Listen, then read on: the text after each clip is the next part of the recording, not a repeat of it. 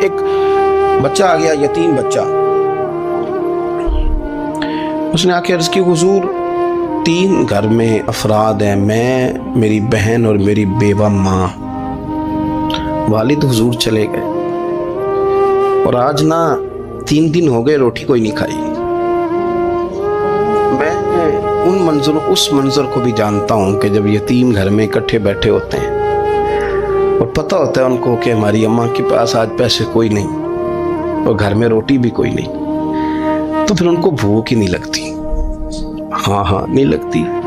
اماں پوچھتی ہے پتر روٹی کھانی ہے؟ نہیں میں تو سویرے جو کھایا تھا وہ ہضم ہی نہیں ہوا، اماں جی شاہی کوئی نہیں۔ یہ پردے اس طرح کر کے بچائے جاتے ہیں، ایک دوسرے کو تسلیاں دینا، ایک دوسرے سے پیار کا بڑھ جانا، ایک دوسرے کے لیے جذبات اور طرح کے بن جانا، حکمت الہی کے تقاضے ہوتے۔ یا رسول اللہ صلی اللہ تعالی علیہ وسلم، بیوہ ماں ہے، یتیم بہن ہے، 3 دن سے کھایا کچھ نہیں، قربان جائیں۔ وہ گھر جہاں سے کائنات کھاتی ہے ساری، حضور نے فرمایا بلال جا کے ساری ازواج مطہرات سے پوچھ گھر میں کیا ہے۔ حضرت بلال کہتے ہیں میں سارے گھاری پوچھ آیا، ٹٹول آیا، ٹوٹل 21 کھجوریں نکلی۔ یہ 2 جہاں کے شاہ ہیں اور پاس کچھ رکھتے نہیں، 2 جہاں کی نعمتیں ہیں، ان کے خالی ہاتھ میں حضور کے سارے گھر کو میں ڈھونڈ 21 کھجوریں نکلی تو لا کے میں نے پیش کر دی، تو حضور نے ڈائریکٹ اس کو نہیں دی، نبی پاک نے اپنے ہاتھ پہ رکھ لی اور کہتے ہیں پھر حضور نے نا اپنا منہ مبارک قریب کیا کھجوروں کی۔ صحابہ خود فرماتے ہیں کہ یہ جو حضور نے منہ مبارک قریب کیا ہے نا تو نبی پاک برکت کی دعا کر رہے تھے، 21 کھجوروں پہ برکت کی دعا ہوئی۔ حضور نے اس بچے کو بلایا، تھپکی دی، فرمایا لے جا 7 تیری بہن کی۔ انہیں معمولی نہ سمجھنا ہو تو حضرت بلال کہتے ہیں حضور 3 بھی دے دینا کبھی تو 30 سال ختم ہی نہیں ہوتی، 30 سال گزر جاتے ہیں، نکالتے رہو کھاتے رہو، ختم ہی نہیں ہوتی۔ حضور نے فرمایا 7 تیری بہن کی، 7 تیری والدہ کی، اور 7 حضور نے اور بھی تلقین فرمائی، فرمایا ایک سویرے کھایا کرنا، ایک شام کو کھایا کر، لے جا۔ حضرت سیدنا بلال حبشی کہتے ہیں رضی اللہ تعالیٰ عنہ کہ بچہ لے کے جب باہر نکلا تو حضرت سیدنا معاذ ابن جبل دوڑ کے گئے اور جا کے بچے کے سر پہ شفقت سے ہاتھ پھیرا، کہا فکر نہ کرنا، رب کریم تجھے بہترین سرپرست عطا کرے گا، پتر پریشان نہ ہونا، اللہ تیری مدد کرے گا۔ صرف حوصلہ دیا، سر پہ دست شفقت پھیرا، بچہ چلا گیا تو حضور نے فرمایا معاذ ادھر آؤ نا ذرا۔ یا رسول اللہ حکم ہو۔ فرمایا کس چیز نے تمہیں اٹھایا بچے کے سر پہ ہاتھ رکھنے کے لیے؟ کس نے تمہیں کہا؟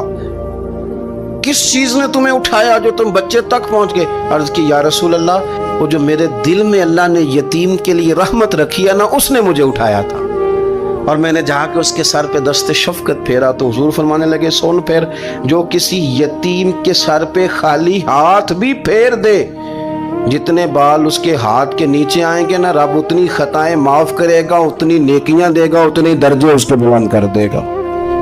خالی دست شفقت ہی پھیر دے، دینا دلانا تو بعد کی بات ہے، اس کا خیال رکھنا تو۔ یہ جو ہمارے مدارس ہیں نا، ان میں اکثر بچے غریب ہوتے ہیں، لیکن کچھ بچے تگڑے گھروں کے بھی ہوتے ہیں، مالدار گھروں کے بھی ہوتے ہیں۔ اس میں اگر کوئی ایسا بچہ آ بھی جاتا ہے نا جو یتیم ہے، کمزور ہے، تو اپنے آپ کو محسوس نہیں کرتا کمزور، کیونکہ وہ یہ نہیں سمجھتا کہ میں یتیم خانے میں آیا ہوں۔ اس کے ذہن میں مائنڈ سیٹ یہ ہوتا ہے کہ میں مدرسے میں آیا ہوں اور میں پڑھنے کے لیے آیا ہوں، اور چونکہ وہ کچھ وزادار بچے، مالدار بچوں کے ساتھ وقت گزارتا ہے، اسی دسترخوان پہ بیٹھ کے کھاتا ہے، اسی کلاس میں سب کے ساتھ بیٹھ کے پڑھتا ہے، تو اس کی عزت نفس مجروح ہونے کی بجائے طاقت پکڑتی ہے۔ وہ برابری کی سطح پہ جب آتا ہے تو اسے محسوس ہوتا ہے کہ مجھے عزت دی جا رہی۔ اس لیے مدارس اسلامیہ میری نظر سب سے مضبوط جگہ ہیں جہاں مساکین کی، یتیموں کی، غریبوں کی صحیح معنوں میں کفالت بھی ہوتی ہے، تعلیم بھی ہوتی ہے، عزت بھی ہوتی ہے، تربیت بھی ہوتی ہے۔ میرے رسول کریم علیہ السلام بڑے انہماک کے ساتھ، بڑے توجہ کے ساتھ۔ اچھا ایک کام اور ہوتا ہے ہمارے ہاں، وہ کیا ہے؟ اگر کوئی یتیم مال چھوڑ گیا نا اس کا باپ، تو پھر تو بارے نہیں آ رہے ہیں اس کے، پھر تو اللہ خیر کرے کہ بہت سارے مل جائیں گے کفالت کرنے والے، بہت سارے ملیں گے دھیان رکھنے والے، بڑے سارے ملیں گے توجہ دینے والے۔ قرآن مجید نے فرما دیا ہے کہ جو یتیم کا مال کھاتا ہے وہ سمجھ لے کہ میں مال نہیں کھا رہا، میں آگ کھا رہا ہوں، आग खा रहा हूँ, आग। सूरह निसा देखिए।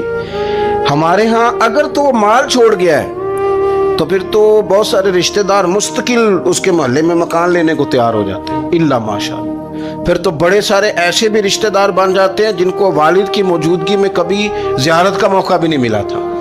ये माल जो यतीम का है इसकी तो ज़्यादा हिफाजत करनी थी। हम कई दफ़ा मसला बताते हैं, लोग फतवाबाजी शुरू कर देते हैं। मुझे बुलाया गया कि एक साहब का इंतकाल हो गया तो उनका ख़त्म शरीफ है, तो बच्चे उनके नाबालिग हैं। तो मैंने कहा कि आप इस तरह करें, उनके माल में से ज़्यादा पैसे ना सर्फ करें। नहीं जी नहीं, बड़े पैसे कमाए हैं जी उसने, सारी ज़िंदगी बाहर निकाली है तो लाखों करोड़ों कमाए हैं, तो छोटा गोश्त पकाएंगे, बकरे का गोश्त पकाएंगे और हम उनका ख़त्म शरीफ दिलाएंगे। तो मैंने कहा साहब आप रिश्तेदार हैं, उनके बच्चों के माल की हिफाजत करें। ख़त्म शरीफ तो उसमें गोश्त ज्यादा होना जरूरी नहीं, उसमें तो दर्द से दुआ करना जरूरी है, उसमें तो तिलावत कुरान पाक के साले सवाब में जरूरी है, जिक्र अज़कार जरूरी है। लेकिन क्या किया जाता है कि बेदरेग माल उनका अगर हो तो, एक हदीस पाक है बुखारी मुस्लिम में, बड़े गौर से सुनिएगा और इसके अंदर जितने पहलू हैं उन पर पूरी तवज्जो दीजिएगा कि कहीं हम इधर आ तो नहीं गए। रसूल पाक सल्लल्लाहु अलैहि वसल्लम ना हमारे लिए सबसे बड़े हकीम है, सबसे ज्यादा हिकमत हुजूर ने हमें बतलाई है कि इस रास्ते चलोगे तो बचोगे, इस रास्ते जाओगे तो हलाक हो जाओगे। नबी करीम अलैहिस्सलाम ने फरमाया, बुखारी मुस्लिम है, फरमाया 7 हलाक करने वाली चीजों से बचना, अगर इनमें तुम चले गए तो हलाक हो जाओगे। 7 चीजें हैं जो तुम्हें हलाक कर देंगी, बर्बाद हो जाओगे, तबाह हो जाओगे, हलाकत का सफर है ये। 7 चीजों से बचो। या रसूल अल्लाह सल्लल्लाहु अलैहि वसल्लम वो कौन कौन सी? तो हुजूर ने फरमाया अल्लाह के साथ शरीक ना करना, हलाक हो जाओगे। दूसरा नबी पाक सल्लल्लाहु अलैहि वसल्लम ने फरमाया जादू ना करना, हलाक हो जाओगे। हलाक ओ यार, जिसे हुजूर फरमा रहे हैं हलाक हो जाए वो बचेगा। नबी पाक सल्लल्लाहु अलैहि वसल्लम ने तीसरे नंबर पर फरमाया जिस शख्स के कत्ल करने को अल्लाह ने हराम करार दिया है उसे कत्ल ना करना, हलाक हो जाओगे। चौथे नंबर पर रसूल पाक अलैहिस्सलाम ने फरमाया सूद ना कभी भी खाना, हलाक हो जाओगे, हलाक। बड़ी बड़ी दलीलें दी बैंक वालों ने, बड़ा समझाया तो आदि साहब मान गए, मोहतरम मान गए, कहने लगे नहीं जी नहीं वो कारोबार में लगाते हैं। बड़े भोले भाले हैं हम, पता सारा है। और देखो सब कामों के बावजूद मुस्तकिल बैंकों में पैसे उस अकाउंट में रखे हुए हैं जहां से मुस्तकिल सूद आता है। हुजूर ने फरमाया न करना ये काम। तू कहता मैं सूद पे पैसे लेके कारोबार चमकाऊंगा, तेरे नबी पाक ने तो फरमाया तू हलाक हो जाएगा। तू कहता मैं मिल लगाऊंगा, हुजूर ने तो फरमाया हलाकत है। तू कहता मैं बड़ा कुछ कर जाऊंगा तो हलाकत है। अच्छी तरह समझ ले, असल माल भी जाया हो जाता है उस बंदे का जो सूद का माल मिला लेता है, असल बरकत भी उड़ जाती। और मेरे नबी पाक सल्लल्लाहु अलैहि वसल्लम ने 5वें नंबर पे फरमाया यतीम का माल न खाना, हलाक हो जाओगे। न खाना इनका माल, ये करोड़ों हो, अरबों हो या 10 रुपए हो, यतीम का पैसा ना खा जाना, हलाक हो जाओगे, हलाकत तुम्हें आ लेगी। और फिर 6ठे नंबर पर नबी पाक अलैहिस्सलाम ने फरमाया कुफर से जहाद हो रहा हो तो कभी पीठ फेर के भागना ना, हलाक हो जाओगे। और 7वें नंबर पर अल्लाह के रसूल ने फरमाया बेकसूर और बेगुनाह औरत पर तोहमत ना लगाना, बिला वजह बहू के खाते ना कुछ डाल दे, बिला वजह भाभी और बीवी और किसी भी खातून पर कोई इल्जाम बेकसूर औरत पर बहतान ना लगाना। मार मार के एक शख्स ने बेहाल कर दिया बीबी को और बाद में पता चला कि जी मुझे शक है तवीज कराती है। क्या आपकी सोच है? मुसलमान अल्लाह को मानने वाला और इस बातों पर इल्जाम लगाएगा तवीज करा के लाती बेकसूर औरत पर बहतान। एक तो बात है उसे मारना और एक ये है कि कोई तकलीफ देना, और एक खाली इतनी बात की कि बहतान भी ना लगाना, उस पर इल्जाम ना लगाना।